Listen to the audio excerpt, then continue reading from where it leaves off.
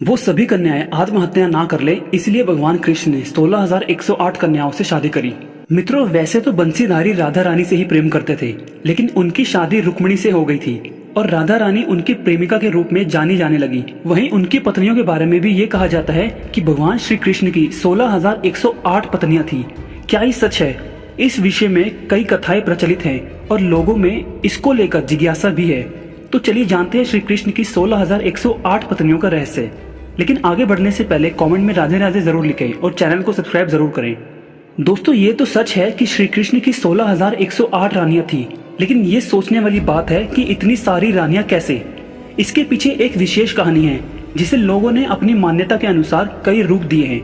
इसमें से जो कथा सबसे करीब मानी जाती है वो है भागवत महापुराण के 10वें स्कंद के 59वें अध्याय में। इस कथा के अनुसार मुख्य रूप से भगवान श्री कृष्ण की सिर्फ 8 पत्नियां मानी जाती हैं, जो है देवी रुक्मिणी, देवी जाम्बवंती, देवी सत्यभामा, देवी कालिंदी, देवी मित्रबिंदा, देवी सत्या, देवी भद्रा और देवी लक्ष्मणा। इन सभी से श्री कृष्ण का विवाह परिस्थितियों की वजह से हुआ था। इन 8 को पूर्ण रूप से श्री कृष्ण ने अपनी पत्नियां स्वीकार की थी। द्वारिकाधीश सुखपूर्वक इन सभी के साथ द्वारका नगरी में रहते थे। एक बार स्वर्ग लोक के राजा देवराज इंद्र ने श्री कृष्ण के पास आकर उनसे प्रार्थना की और उनको बताया कि प्राग्ञ ज्योतिषपुर के दैत्यराज भौमासुर के अत्याचारों से देवतागण त्राही त्राही कर रहे थे।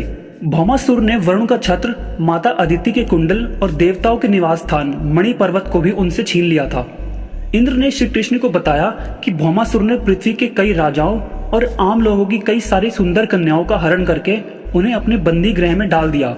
इसके साथ ही इंद्र ने सभी कन्याओं को बचाने की प्रार्थना भी करी। भौमासुर जंगली जानवरों से भी ज्यादा क्रूर और अधर्मी था। उसके क्रूरता के कारण ही उसको नरकासुर कहा जाने लगा। भौमासुर को श्राप था कि उसकी मृत्यु किसी नारी के हाथों ही होगी। इसलिए भगवान कृष्ण ने अपनी पत्नी सत्यभामा के साथ प्राग्ञ ज्योतिषपुर की ओर प्रस्थान किया। वहां पहुंचकर सबसे पहले श्री कृष्ण और सत्यभामा ने मिलकर मूर्दैत्य और उसके 6 पुत्र ताम्र, अंतरिक्ष, श्रवण, विभावशु, नभश्वान और अरुण का वध किया।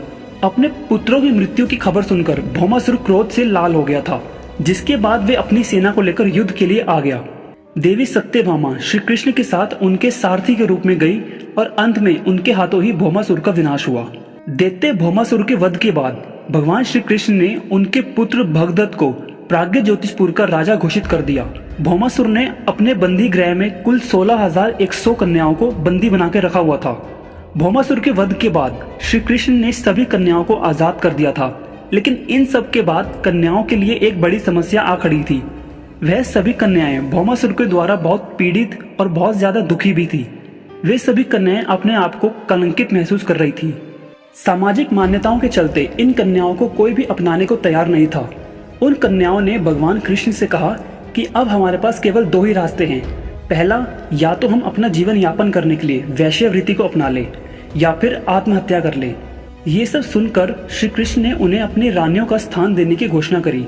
वे उन सभी को अपने साथ द्वारका लेकर चले गए और वहां ये सभी कन्याएं अपना जीवन खुशी से व्यतीत करने लगी और कृष्ण भगवान ने उन्हें अपनी बाकी पत्नियों के जैसे व्यवस्था दी और उन्हें अपना नाम भी दिया, लेकिन उनसे कभी वैवाहिक संबंध नहीं बनाया।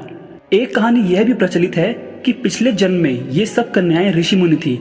इन सभी ने श्री कृष्ण को पाने के लिए कड़ी तपस्या की थी और अगले जन्म में इन सभी ऋषि मुनियों ने कन्या के रूप में जन्म लिया और श्री कृष्ण ने उन्हें अपनी पत्नी बनाकर इनकी मनोकामना पूर्ण करी। तो ये था श्री कृष्ण की 16,108 पत्नियों का रहस्य। अगर आपको ये वीडियो अच्छी लगी हो तो कमेंट में लिखिए जय श्री कृष्ण और चैनल को सब्सक्राइब जरूर करें। Thanks for watching.